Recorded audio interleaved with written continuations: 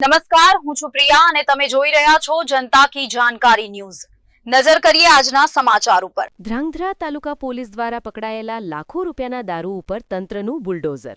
ધ્રાંગધ્રા તાલુકા પોલીસના તાબા હેઠળના જુદા જુદા વિસ્તારમાં પકડાયેલ કુલ 17.20 લાખ રૂપિયાના દારૂનો સરકારી ખરાબામાં નાશ કરવામાં આવ્યો છે।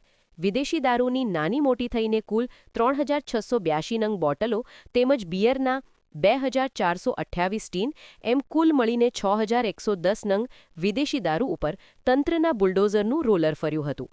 ધ્રાંગધ્રા તાલુકા પોલીસ દ્વારા આ વર્ષે ઝડપી પાડેલા અંદાજિત 17 લાખ જેટલા વિદેશી દારૂને ધ્રાંગધ્રા પ્રાંત અધિકારી હર્ષદીપ આચાર્ય, ડીવાયએસપી જેડી પુરોહિત તેમજ ઇન્ચાર્જ પીઆઈ એમબી વિરજાની આગેવાનીમાં નાશ કરવાની પ્રક્રિયા હાથ ધરી હતી।